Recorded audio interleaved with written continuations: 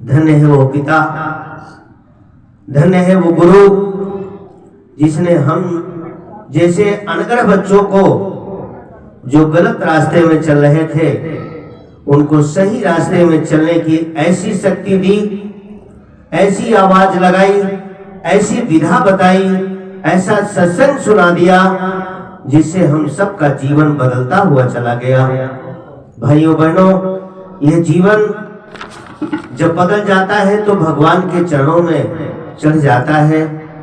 भगवान है ही कहाँ, भगवान तो इसी इंसानियत के नाम पे, सदाचार के नाम पे, कायदे और कानून के रूप में ही, सत्य के रूप में, ईमानदारी के रूप में, जिम्मेदारी के रूप में, बहादुरी के रूप में ही भगवान हमारे विचारों में, हमारे नस नस में, हमारी रग रग में ओज के रूप में, तेज के रूप में बैठा हुआ है, जिसे हम पहचान नहीं पाते हैं। और जब पहचान नहीं पाते हैं तो हम भटक जाते हैं रास्ता।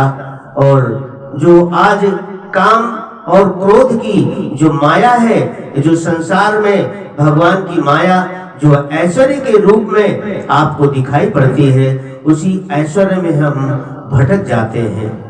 भटक जाते हैं तो हमारा ये जो जीवन मनुष्य का मिला है वो व्यर्थ हो जाता है, जिसे बाबा गोस्वामी तुलसीदास ने लिखा है कि परे भागे मानुष कहे पावा, असुर दुर्लभ सद ग्रंथ निगावा। जिसके लिए देवता भी तरसते हैं इन मनुष्य के शरीर को पाने के लिए। क्यों? कि देवता तो बैठे हुए हैं देने के लिए, जो देता है वही देवता है, लेकिन वो दे किसको? वैसा पात्र तो व्यक्ति होना चाहिए। जब व्यक्ति अपनी पात्रता को विकसित कर लेता है, सिद्ध कर लेता है, अपनी इंद्रियों को ठीक कर लेता है, तो भगवान वही देवता अनुदान के रूप में स्वयं ही दे देते हैं, शक्ति के रूप में स्वयं दे देते हैं, साधना के रूप में स्वयं बढ़ा देते हैं, उसकी सिद्धि को प्राप्त करा देते हैं। जो चाहता है बच्चा उसको मिलता हुआ चला जाता है।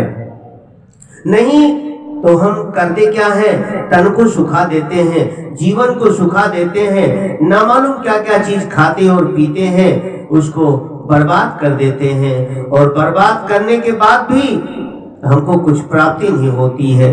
मनुष्य का जीवन मिला और मिल करके हम ज्यों का त्यों गिरते हुए चले गए, जीवन में कुछ कर ना पाए। किया क्या? बच्चा हुआ, बड़ा हो गया, और बड़ा होके लिखाई पढ़ाई करके डॉक्टर, इंजीनियर, प्रोफेसर बन गया, और बनने के बाद पैसे हासिल किया।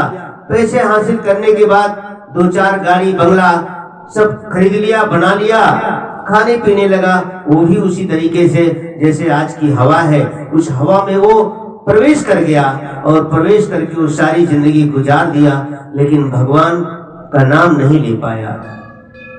वो दूसरे की सेवा नहीं कर सका, वो सहयोग नहीं कर सका, वो दूसरे के ऊपर दया नहीं कर सका, और सारा जीवन भाइयों बहनों उसका व्यर्थ हो गया, चला गया।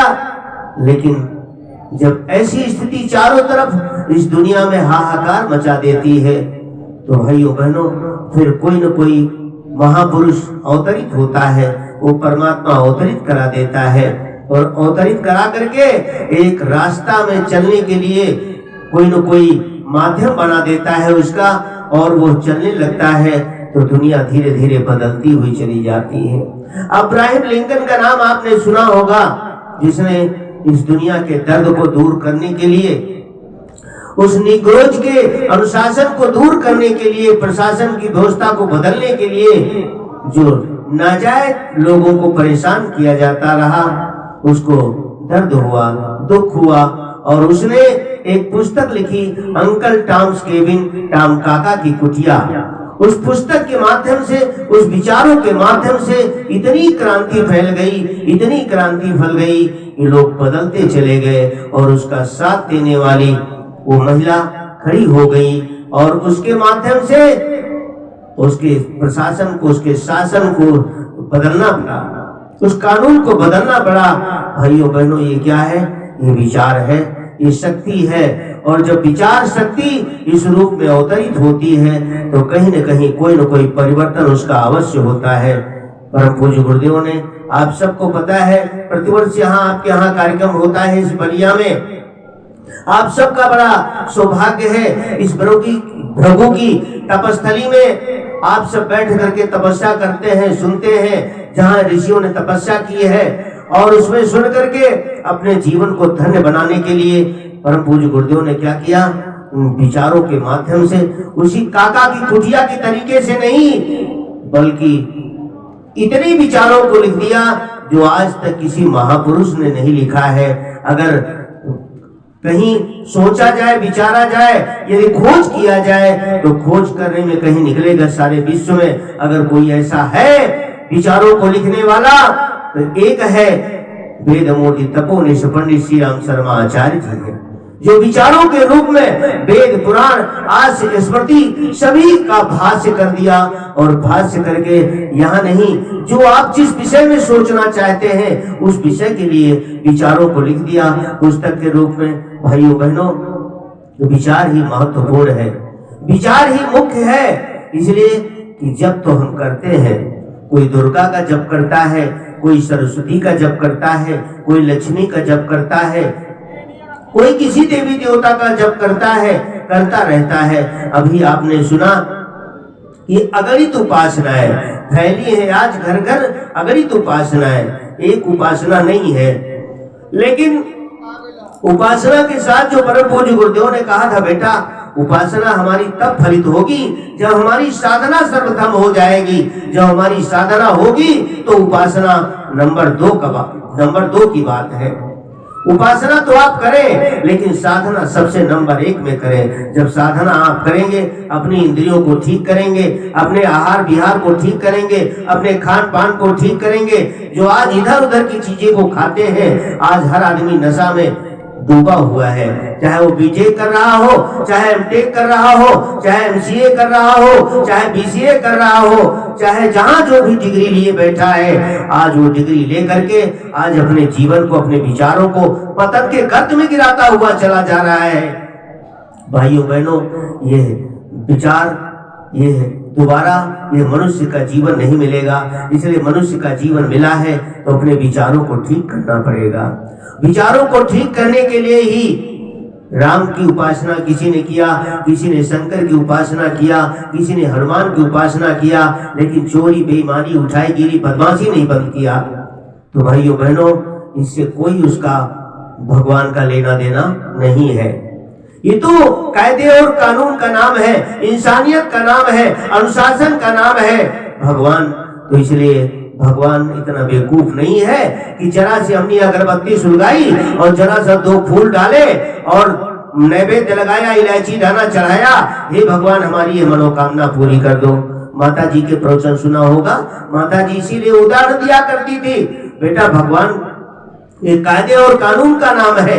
इसलिए भगवान को आपने क्या समझा है, भगवान को आपने नौकर समझ रखा है कि भगवान हम आपको ये 1.25 रुपए की दक्षिणा दे करके, आपको ये भोग मिठाई का लगा करके, हिलवा का लगा करके और ये हमारी कामना पूरी कर दीजिए। तो भगवान इतने सस्ते नहीं है, और ना भगवान तुम्हारे इस फूल अक्षर धूप दीप नैवेद्य के भूखे हैं जो आपके लिए बैठे रहते हैं कि हमारा बच्चा आ जाए, हम उसकी कामना पूरी कर दें। इतने सस्ते में भगवान नहीं मिलता है। भगवान अगर मिलता है तो भाइयों बहनों अपने जीवन को परिष्कृत करना पड़ता है। क्यों?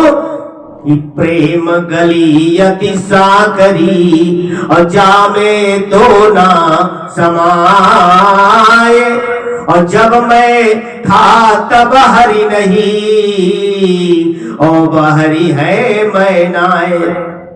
जो अहंकार बना रहता है कि मैंने अपने बच्चों के लिए ये किया, अपने बच्चों के लिए वो किया, अपने बच्चों के लिए मैंने पढ़ाया लिखाया, सब कुछ किया।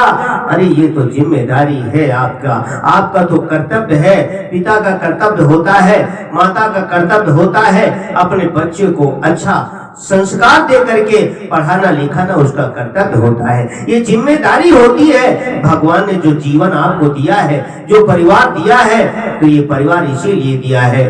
नहीं, अगर नहीं करते हैं, गलत कार्य में करते हुए चले जाते हैं, तो जो करते हो जीवन गुजार देते हैं। आज यही कारण है कि आज संस्कारों को हम भूल गए। जो संस्कार थे, जो शिवाजी के पिताजी ने, जो माताजी ने, जो जीजाबाई ने, उन्होंने जो संस्कार दिया था, भाइयों बहनों, वो संस्कार क्या हम दे पा रहे हैं क्या? उस कठिनाई में, उस परिस्थिति में रह करके भी शिवाजी को छत्रपति शिवाजी बना दिया और छक्के छुड़ा दिए। आप सबको पता है इतिहास सारा कुछ। तो कहने का भाव यही है कि हम पूजा उपासना तो करें, हमारी पूजा उपासना में तभी रंग चढ़ेगा, कपड़े में तब रंग चढ़ता है। तब क्या करना पड़ता है? कपड़े को धुलाई करनी पड़ती है, धुलाई करके, सफाई करके, उसके बाद रंग को खौलते हुए पानी में डाल करके खौलाते हैं और तब उस कपड़े को डाल देते हैं, खौला करके और तब उसको निकाल के रख देते हैं, तो वो कपड़े में रंग चढ़ जाता है। और गंदा कपड़ा अगर होगा तो उसमें रंग नहीं चढ़ेगा भाइयों बहनों। उसी प्रकार से भगवान जब अपनी शक्ति देता है, उस कामना को पूर्ण करता है, तब वो पात्रता को जब बच्चे की विकसित हो जाती है तो उसके ऊपर अनुदान और वरदान स्वतः बरसता हुआ चला जाता है। तो इसलिए ये मैं बार बार आपसे निवेदन करता हूँ कि यह जीवन जो मिला है और जो उस गुरु का अनुशासन है, जो उस परमात्मा का अनुशासन हिमालय से आया है कि संदेश नहीं मैं स्वर्ग लोक का लाई, इस धरती को स्वर्ग बनाने आई, इतनी बड़ी योजना है। कहाँ से आया संदेश? स्वर्ग लोक से आया है। और स्वर्ग लोक में जितने देवी देवता हैं, उन सब देवी देवताओं ने मिल करके इस धरती को स्वर्ग बनाने की योजना बना रखी है। उसमें परम पूज्य गुरुदेव को माध्यम बना दिया। और भाइयों बहनों, माध्यम बना दिया। आप जानते हैं कि वो गायत्री माँ जो कहीं सनातनी थी, जिसको सनातनी कहते हैं, आज वो सनातनी सब गलत रास्ते में चले जा रहे हैं। कहने से थोड़ा सा दुख होता है उसके नाम लेने में, लेकिन ये भी है कि जब तक कहा नहीं जाएगा तब तक सुधार कैसे होगा। तो भाइयों बहनों, वही गायत्री जिसको कि आज प्रतिबंधित कर दिया था कि ये किसी एक वर्ग की है और दूसरे की नहीं है, कहाँ गुरुदेव ने तपस्या किया और तपस्या करके उन्होंने ऐसा अनुष्ठान किया, ऐसा ब्रह्मास्त्र छोड़ा जो इस पृथ्वी में कोई रोकने वाला पैदा नहीं हुआ। बड़े बड़े महामंडलेश्वर, बड़े बड़े मठाधीश, बड़े बड़े शंकराचार्य, लेकिन किसी कोई क्षमता, कोई शक्ति नहीं हो सकी जो शक्ति को रोक सके। ये बदल रहा है महाकाल, बदलने की योजना उसने